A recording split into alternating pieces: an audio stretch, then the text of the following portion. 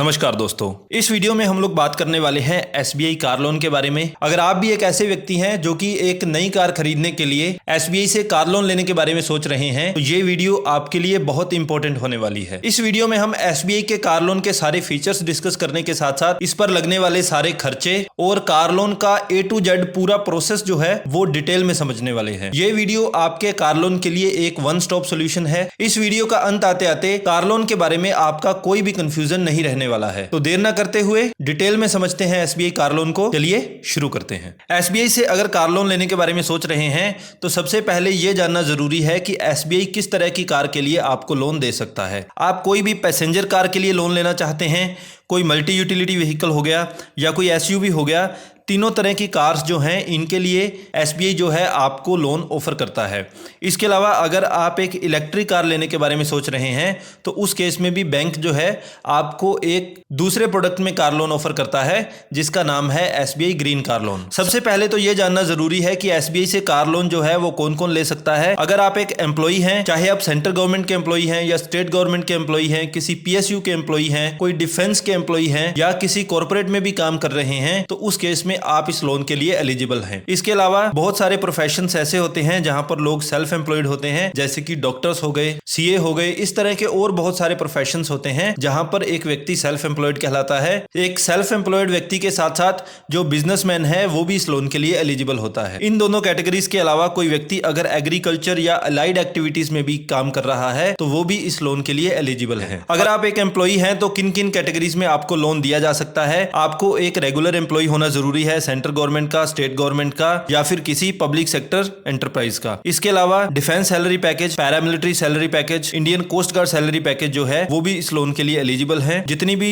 Defence establishments हैं उसके जो भी शॉर्ट कमीशन्ड ऑफिसर्स हैं वो भी इस लोन के लिए एलिजिबल हैं। गवर्नमेंट सेक्टर के अलावा जो कॉर्पोरेशंस हैं, प्राइवेट सेक्टर कंपनीज हैं या फिर कुछ रेप्यूटेड एस्टेब्लिशमेंट्स हैं वो भी इस लोन के लिए एलिजिबल हैं। एक नॉर्मल एम्प्लॉय के अलावा अगर कोई व्यक्ति पेंशनर भी है तो एक पेंशनर भी एसबीआई से कार लोन लेने के लिए एलिजिबल होता है। अगर कोई व्यक्ति एम्प्लॉय नहीं है तो डेफिनेटली वो किसी तरह का प्रोफेशनल होगा, सेल्फ एम्प्लॉयड होगा, बिजनेसमैन होगा, जैसा कि हमने अभी डिस्कस किया था, वो भी इस लोन के लिए एलिजिबल है। और कोई व्यक्ति जो एग्रीकल्चर या अलाइड एक्टिविटीज में इन्वॉल्व है वो भी इस लोन के लिए एलिजिबल रहता है। अब यहां पर यह जानना जरूरी है कि एसबीआई से कार लोन लेने के लिए आपके लिए एज क्राइटेरिया क्या रहने वाला है। यहां पर आपकी मिनिमम एज 21 साल होनी जरूरी है और मैक्सिमम एज जो है 70 साल तक हो सकती है। तो 21 साल से 70 साल तक अगर आपकी एज है तो उस केस में आप ये कार लोन ले सकते हैं। प्लस यहाँ पर एक कंडीशन और भी है कि जब आप 75 ईयर्स की एज तक पहुँचेंगे तो इस एज तक पहुँचने से पहले आपका लोन फुली रीपे हो जाना चाहिए। अब किसी भी लोन की तरह यहाँ भी सबसे इंपॉर्टेंट पैरामीटर जो है आपकी एलिजिबिलिटी का, आपका इनकम क्राइटेरिया रहता है। अगर कोई सैलरीड पर्सन है तो उसकी मंथली इनकम जो है मिनिमम 25,000 होना जरूरी है। मिनिमम 25,000 मंथली इनकम का मतलब ये हुआ कि एनुअली जो है उसकी इनकम मिनिमम 3 लाख रुपए होना जरूरी है। ठीक इसी तरीके से सेल्फ एम्प्लॉयड प्रोफेशनल्स के केस में या किसी बिजनेसमैन के केस में भी जो नेट प्रॉफिट जो है या फिर ग्रॉस टैक्सेबल इनकम जिसको हम कहेंगे वो मिनिमम 3 लाख रुपए होना जरूरी है। यहां पर इस 3 लाख रुपए की इनकम तक पहुंचने के लिए अगर ये जो सेल्फ एम्प्लॉयड प्रोफेशनल या बिजनेसमैन जो है कोई इंटरेस्ट इनकम अर्न कर रहा है, कहीं से डिविडेंड इनको मिल रहा है या फिर कोई रेंटल इनकम इनको आ रही है तो उनको भी ऐड किया जा सकता है टोटल इनकम में इस 3 लाख रुपए की इनकम तक पहुंचने के लिए। इसके अलावा तीसरी कैटेगरी जो हमारी है किसान, एग्रीकल्चरिस्ट जिसको हमने कहा, अगर कोई व्यक्ति एग्रीकल्चर या अलाइड एक्टिविटीज में इन्वॉल्व है तो उस केस में यहां पर एनुअल इनकम जो है मिनिमम 4 लाख रुपए होनी चाहिए। पीछे दोनों कैटेगरीज में एनुअल इनकम थी 3 लाख रुपए, लेकिन किसान के केस में ये एनुअल इनकम जो है मिनिमम 4 लाख रुपए होना जरूरी है। प्लस हर महीने जो है उनके अकाउंट में कोई रेगुलर इनकम आनी जरूरी है जिससे कि वो इस इंस्टॉलमेंट्स को सर्व कर पाएं जो इस कार लोन के आगे बनने वाली हैं। प्लस ये जो इनकम है इस ईएमआई की कम से कम दुगनी आनी चाहिए। यानी कि आप अगर कार लोन ले रहे हैं उसकी ईएमआई आपकी 30,000 रुपये आ रही है तो आपके अकाउंट में हर महीने 60,000 रुपये रेगुलर इनकम आनी जरूरी है। एक और इंपॉर्टेंट क्वेश्चन ये आता है कि मान लीजिए मेरी इनकम कम है तो क्या मैं किसी दूसरे व्यक्ति को साथ में क्लब कर सकता हूं अपनी ओवरऑल एलिजिबिलिटी तक पहुंचने के लिए? तो इसका आंसर है यस। मैक्सिमम 2 एप्लीकेंट हो सकते हैं, जैसे एक मैं और एक दूसरा कोई एप्लीकेंट। और ये जो को एप्लीकेंट रहने वाला है, को एप्लीकेंट एक बोरोअर का फादर हो सकता है, उसकी मदर हो सकती है, उसका स्पाउस हो सकता है, उसका बेटा या उसकी बेटी। ये सिर्फ 5 रिलेशंस हैं जो अलाउड हैं एक को एप्लीकेंट के रूप में जो ऐड किए जा सकते हैं। हमने एलिजिबिलिटी की बात की, एज की बात की, अब बात करते हैं कि लोन कितना ले सकते हैं। यहां पर हम लोग मिनिमम 1 लाख रुपए का लोन ले सकते हैं और मैक्सिमम की अगर हम बात करें तो ये जो सैलरीड पर्सन है ये मंथली इनकम जो भी प्राप्त कर रहा है उसका 48 गुना कार लोन के रूप में दिया जा सकता है। यानी कि एनुअल इनकम जो है उसको 4 से आप मल्टीप्लाई कीजिए तो ये इसकी एक्चुअल एलिजिबिलिटी रहने वाली है कार लोन की। अगर कोई सेल्फ एम्प्लॉयड है, प्रोफेशनल है, प्रोप्राइटर है, बिजनेसमैन है तो यहां पर भी इनको एनुअल इनकम का 4 गुना दिया जा सकता है कार लोन के रूप में। तीसरी कैटेगरी जो हमारी एग्रीकल्चरिस्ट वाली है, किसान वाली है, यहां पर इनकी जो भी एनुअल इनकम है उसको आप 3 से मल्टीप्लाई कर दीजिए तो ये आपकी एक्चुअल इनकम आ जाती है। अब हम आगे बढ़े उससे पहले आपको ये जानना जरूरी है कि ये जो लोन है किस वैल्यू पर कैलकुलेट किया जाता है, टोटल प्रोजेक्ट कॉस्ट यहां पर क्या रहने वाली है। बैंक जो है आपको बार बार ये बोलेगा कि आपका ऑन रोड प्राइस का 100% हम फाइनेंस कर देते हैं। बहुत से बैंक बोलते हैं कि हम ऑन रोड प्राइस का 90% तक फाइनेंस कर देते हैं। तो ये ऑन रोड प्राइस बैंक किसको कहता है ये आपको समझना बहुत ज़रूरी है। तो पहला केस, जो कार का एक्स शोरूम प्राइस है वो, प्लस इस पर जो रजिस्ट्रेशन चार्जेस लगते हैं वो, प्लस इंश्योरेंस, इन तीनों को मिलाकर ही आपका ऑन रोड प्राइस बनता है और इन तीनों को टोटल करने के बाद ही आपकी जो है मार्जिन काटने के बाद आपकी लोन की एलिजिबिलिटी निकाली जाती है। अब कोई व्यक्ति ये सोच रहा है कि मैं 10 लाख रुपए की एक कार ले लूँगा और इस पर 2 लाख रुपए की मैं एक्सेसरीज और लगवा लूँगा, तो ये जो ऊपर का एक्सेसरीज का खर्चा है ये बैंक नहीं देने वाला है, इसको ऑन रोड प्राइस में इंक्लूड नहीं किया जाएगा। ये पूरा पैसा आपको अपनी खुद की पॉकेट से ही देना होगा अगर आप कोई इस तरह का एक्सपेंस करने जा रहे हैं। एक बार फिर से समराइज कर देता हूं ऑन रोड प्राइस को। ऑन रोड प्राइस में कार का एक्स शोरूम प्राइस, इसका रजिस्ट्रेशन का खर्चा प्लस इंश्योरेंस, इन 3 चीजों को ही इंक्लूड किया जाता है। हम आगे बढ़ें उससे पहले यह भी जानना जरूरी है कि कार लोन में एक ईएमआई एनएमआई रेशियो का कॉन्सेप्ट होता है। ईएमआई एनएमआई का मतलब है कि आपकी टोटल जो मंथली इनकम है उसका कितने प्रतिशत तक आप इंस्टॉलमेंट के रूप में, ईएमआई के रूप में कटवा सकते हैं। तो यहाँ पर आपको देखना है अगर आपकी एनुअल इनकम 5 लाख रुपए तक है तो उस केस में आप अपनी मंथली इनकम का 50% तक इंस्टॉलमेंट के रूप में कटवा सकते हैं। तो कोई व्यक्ति है जिसकी मान लीजिए 40,000 रुपये सैलरी है तो ये मैक्सिमम 20,000 रुपये ही इंस्टॉलमेंट के रूप में कटवा सकता है। ठीक इसी तरीके से अगर एनुअल इनकम 5 लाख से 10 लाख रुपए के बीच में है तो यहाँ पर ईएमआई एनएमआई रेशो जो है वो 60% रहने वाला है। 10 लाख से ऊपर की इनकम के लिए ईएमआई एनएमआई रेशो जो है वो 65% तक रहने वाला है। यहाँ पर एक एक्सेप्शन और भी है, अगर किसी व्यक्ति का सिबिल स्कोर जो है 700 या उससे ज़्यादा है तो उस केस में 10 लाख से ऊपर के लोन के लिए और 15 लाख रुपए तक के लोन के लिए 70% तक भी आपको ईएमआई एनएमआई रेशो रखने का मौका दिया जा सकता है। प्लस 15 लाख से ऊपर अगर आपकी इनकम है तो उस केस में आप ईएमआई एनएमआई रेशो 75% तक रख सकते हैं। समटाइम्स इन रेशोज को जब मैं देखता हूं तो ये काफ़ी डिजास्ट्रस दिखाई देते हैं। मैं ऐसा इसलिए बोल रहा हूं, मान लीजिए कोई व्यक्ति है जिसकी इनकम जो है मान लीजिए 16 लाख रुपए है। 16 लाख रुपए इनकम वाला व्यक्ति 75% मान लीजिए मैक्सिमम लेवल तक चला जाता है अपने कार लोन के लिए, तो 75% तक मान लीजिए वो अपनी इंस्टॉलमेंट कटवा रहा है। तो 16 लाख में से 12 लाख रुपए तो उसकी सिर्फ कार लोन में ईएमआई ही जा रही है। तो ये किस तरह का गणित है ये आपको भी हमेशा ध्यान में रखना है। आपकी जो भी एनुअल इनकम, आपकी जो भी मंथली इनकम आ रही है, आपको हमेशा कोशिश ये करनी है कि उसका 20% से ज़्यादा आपकी कार लोन में नहीं जाना चाहिए। अगर आपका कार लोन चल रहा है, एक होम लोन चल रहा है, तो ओवरऑल सबको मिलाकर आपकी ईएमआई एनएमआई रेशो 50% से ज़्यादा नहीं जानी चाहिए। मैं 1 लाख रुपए महीना अगर कमा रहा हूं तो मेरा कार लोन की ईएमआई, मेरी होम लोन की ईएमआई या फिर कोई और भी लोन चल रहा है, सारे लोन्स की ईएमआई ओवरऑल 50% से ज़्यादा कभी नहीं जानी चाहिए। ये एक हेल्दी फाइनेंशियल डिसीजन की निशानी होती है। चलिए हम आगे बढ़ते हैं और बात करते हैं मार्जिन और लोन टू वैल्यू के बारे में। जैसा कि हमने बात की कि ऑन रोड प्राइस जो है उसका 100% तक फाइनेंस किया जा सकता है कॉर्पोरेट सैलरी पैकेज कस्टमर्स को, लेकिन ये सिर्फ उनको ऑफर किया जा सकता है जो कि डायमंड या अबव वेरिएंट्स में आते हैं। डायमंड वेरिएंट्स वो हैं जिनकी मंथली सैलरी जो है 1 लाख रुपए से ज़्यादा है। इसके अलावा अगर कोई परमानेंट एम्प्लॉय है स्टेट गवर्नमेंट का, सेंट्रल गवर्नमेंट का, पब्लिक सेक्टर अंडरटेकिंग का, कॉरपोरेशंस का जिनका बैंक के साथ टाई अप है, प्लस कोई गवर्नमेंट पेंशनर हैं और इनका सिबिल स्कोर अगर 721 या उससे ऊपर है, और इसके अलावा एक कैटेगरी और है वो लोग जिनका सिबिल स्कोर 721 या उससे ज़्यादा है, इन सब कैटेगरीज को 100% तक फाइनेंस किया जा सकता है। तो ऑन रोड प्राइस का 100% हम लोग बात कर रहे हैं, कार का एक्स शोरूम प्राइस प्लस उस पर रजिस्ट्रेशन के चार्जेस प्लस इंश्योरेंस, इन 3 खर्चों को यहाँ पर इंक्लूड किया जाएगा और इनका 100% फाइनेंस आपको किया जा सकता है। दूसरे सारे केसेस में आपके ऑन रोड प्राइस का 90% तक फाइनेंस किया जा सकता है, यानी कि इस कार का 10% पैसा आपको अपनी जेब से देना है और बचा हुआ 90% जो है वो बैंक अपनी तरफ से देने वाला है। अब सबसे इंपॉर्टेंट चीज जो है कार लोन पर वो होता है रेट ऑफ इंटरेस्ट। आपका रेट ऑफ इंटरेस्ट जो है वो कंप्लीटली डिपेंड करता है आपके सिबिल स्कोर पर। आपका सिबिल स्कोर जितना अच्छा होगा आपका रेट ऑफ इंटरेस्ट जो है वो उतना ही कम रहने वाला है। प्लस दूसरी कंडीशन, आपके कार लोन का टेन्योर जितना ज़्यादा होगा उतना rate of interest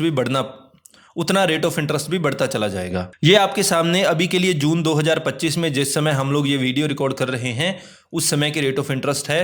recently state bank of India ने अपने फिक्स्ड डिपॉजिट के इंटरेस्ट रेट्स को और कम कर दिया है। इसके पीछे इंपॉर्टेंट कारण था कि आरबीआई ने रेपो रेट को कम कर दिया है।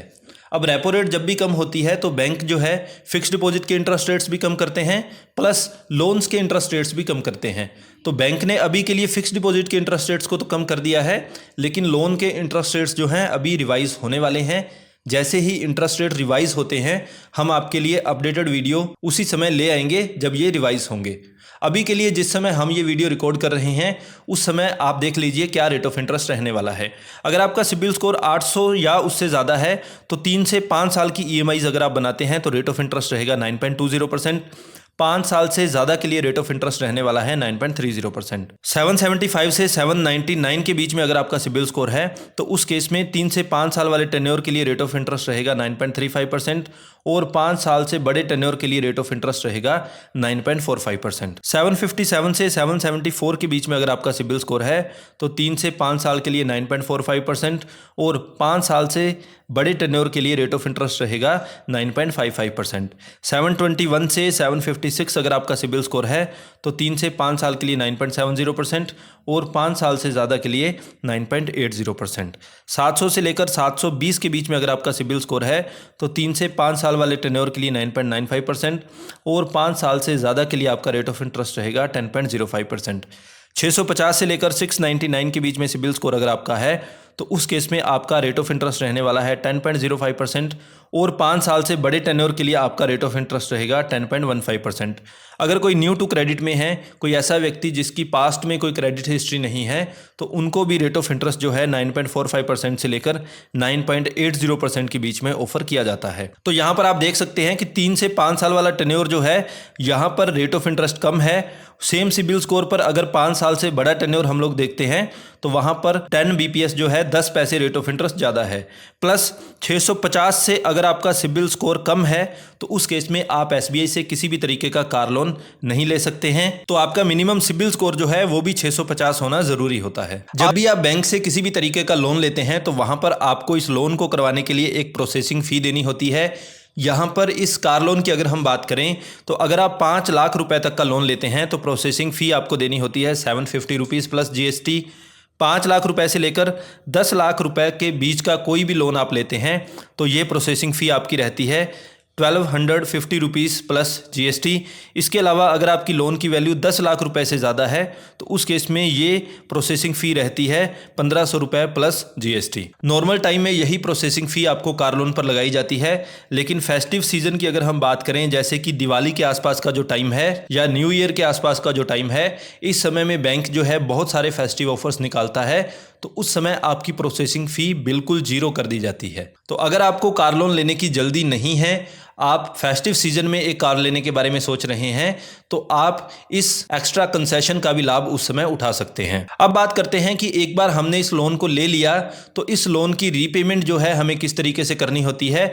यहाँ पर हम लोग मिनिमम 3 साल की इंस्टॉलमेंट्स बना सकते हैं और मैक्सिमम जो है इन इंस्टॉलमेंट्स को 7 साल के लिए बनाया जा सकता है। तो कार लोन को हम मैक्सिमम 7 साल के टेन्योर तक रीपे कर सकते हैं, यानी कि यहाँ पर आपकी 84 EMIs बना दी जाती हैं। अब जैसा कि हमने बात की कि कार लोन की मैक्सिमम एज 70 साल होती है और इसको 75 ईयर्स की एज तक पहुँचते पहुँचते भर देना होता है।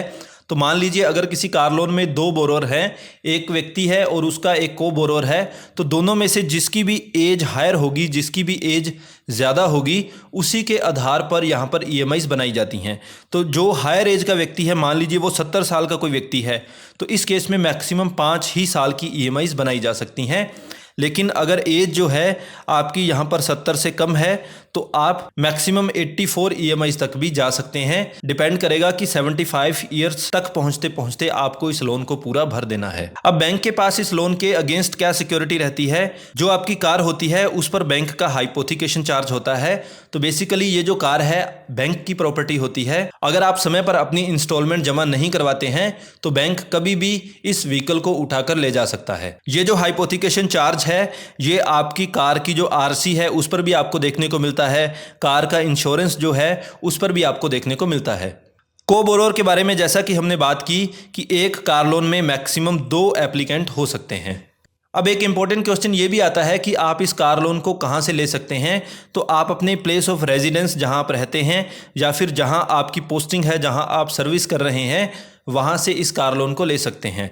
इसके अलावा जो डिफेंस सैलरी पैकेज हैं, paramilitary salary package, Indian coast guard जो हैं, ये सारे जो सैलरी पैकेज अकाउंट हैं जो डिफेंस से जुड़े हुए हैं, ये प्लेस ऑफ रेजिडेंस से भी ले सकते हैं, प्लेस ऑफ पोस्टिंग से भी ले सकते हैं, या फिर इनकी सैलरी अगर किसी और ब्रांच से भी आ रही है तो ये वहाँ से जाकर भी इस लोन को ले सकते हैं। इस लोन को प्रोसेस करने का टाइम मैक्सिमम 2 दिन होता है। आपने एक बार बैंक को सारे डॉक्यूमेंट सबमिट कर दिए तो बैंक को 2 दिन का समय मिलता है इस लोन को करने का।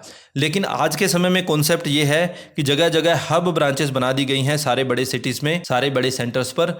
आप कार लोन के डॉक्यूमेंट्स जैसे ही पहुंचाते हैं तो हार्डली 2-3 घंटे में इस कार लोन को कर दिया जाता है।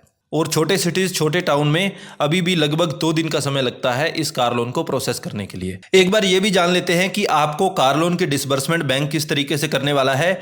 मान लीजिए आपने 12 लाख की एक कार ले ली और बैंक से आपने 10 लाख रुपए का लोन ले लिया, तो बैंक क्या करेगा, ये जो ऊपर का 2 लाख रुपए है ये आपसे लेगा, टोटल 12 लाख रुपए का बैंकर चेक आपको बना के दे देगा। और ये बैंकर चेक जो है आपको बनाकर नहीं देगा, एक्चुअली ये डायरेक्टली डीलर को पे किया जाएगा। अब कुछ केसेस में ऐसे भी हो सकता है कि मान लीजिए 12 लाख रुपए की कार है, आपने 1 लाख रुपए ऑलरेडी एडवांस दे दिया है डीलर को, तो उस केस में जो बचा हुआ 11 लाख रुपए है उसमें से 10 लाख रुपए बैंक अपनी तरफ से दे देगा, प्लस 1 लाख रुपए आपसे लेगा, और टोटल जो अमाउंट है ये एक साथ डीलर को पे कर दी जाती है। और उसके बाद आप डीलर से अपनी कार जो है वो ले सकते हैं। तो बेसिकली ये पैसा आपके हाथ में नहीं आने वाला है, ये डायरेक्टली डीलर को ही जाने वाला है। अब एक सिचुएशन ये भी हो सकती है कि आप इस लोन में कुछ एक्स्ट्रा पैसा जमा करवा दें अपनी ईएमआई के अलावा, जिसको कि प्री पेमेंट कहा जाएगा। नॉर्मली लोन्स में क्या होता है, जब भी कोई व्यक्ति प्री पेमेंट करता है तो उस प्री पेमेंट पर पेनल्टी देनी होती है। लेकिन यहाँ पर इस कार लोन के केस में अगर आप ईएमआई के अलावा कुछ एक्स्ट्रा पैसा जमा करवा देते हैं तो उस केस में आपको किसी भी तरीके की प्री पेमेंट पेनल्टी नहीं देनी होती है। लेकिन अगर आप इस कार लोन को लोन लेने के 2 साल के अंदर अंदर क्लोज करवाते हैं तो उस केस में आपको यहाँ पर फोरक्लोजर चार्जेस देना होता है, जो कि जितनी भी आप प्रीपेड अमाउंट देंगे उसका 2% प्लस जीएसटी आप पर चार्जेस के रूप में लगाया जाता है। अब कार लोन के केस में एक इंपॉर्टेंट खर्चा और आता है और वो है आपकी कार का इंश्योरेंस। हमारे देश में कार का इंश्योरेंस करवाना वैसे तो मैंडेटरी है, लेकिन जब बैंक आपका लोन करता है तो उस समय बैंक भी इसका इंश्योरेंस जो है वो ज़रूर करवाता है। यहाँ पर आपकी कार का कॉम्प्रिहेंसिव इंश्योरेंस लिया जाता है और उस इंश्योरेंस पॉलिसी पर बैंक का चार्ज भी नोट होता है। तो बेसिकली वो पॉलिसी बैंक के नाम से ही होती है इनडायरेक्टली, क्योंकि जो व्हीकल है वो ऑलरेडी हाइपोथिकेटेड होता है बैंक के नाम पे। इस इंश्योरेंस की कॉपी जो है ये आपको बैंक को भी देनी होती है और पूरे लोन टेन्योर के दौरान ये आपकी रिस्पॉन्सिबिलिटी बनती है कि आप इस कार को फुल्ली इंश्योर्ड करवा कर रखें। अब एक इंपॉर्टेंट क्वेश्चन ये है कि अगर आपका ऑलरेडी एक कार लोन चल रहा है तो क्या उस केस में आप कोई दूसरा कार लोन ले सकते हैं? तो यहाँ पर सिंपल आंसर है, एक व्यक्ति मैक्सिमम 3 कार लोन जो है एक साथ चला सकता है। 3 के बाद चौथा कार लोन नहीं लिया जा सकता। 4th कार लोन अगर लेना है तो उस केस में पहले 3 में से किसी एक कार लोन को बंद करवाना होगा।